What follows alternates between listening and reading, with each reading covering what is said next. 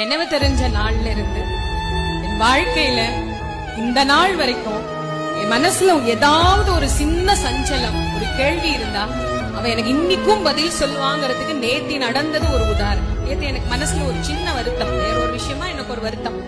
ஏமா நான் உனக்கு ஏதாவது தப்பு பண்ணிட்டேனா, ஏன் என்ன நீ சேர்க்கல, என்ன ஏன் நீ இந்த நீ தள்ளிட்ட, நான் உன்கிட்ட இருந்து ஏதாவது தூரமா போயிட்டேனான்னு காலம்பரை பூஜை பண்ணும் போது அம்பாள்கிட்ட கேட்டேன்.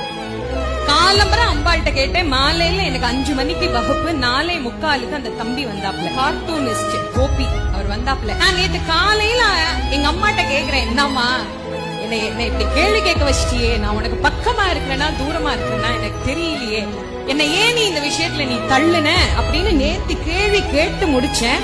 4:45 நான் வகுப்புக்கு கிளம்பி அலுவலகத்துக்கு நான் போறேன். அந்த பையன் அங்க உட்கார்ந்து இருக்காப்ல. அம்மா உங்களை பார்க்க வந்தேன், உங்களுக்கு ஒரு கிஃப்ட் கொடுக்குறேன்னாரு. சரி நான் அதை திறந்தா அம்மா எம்மடியில உட்கார்ந்து.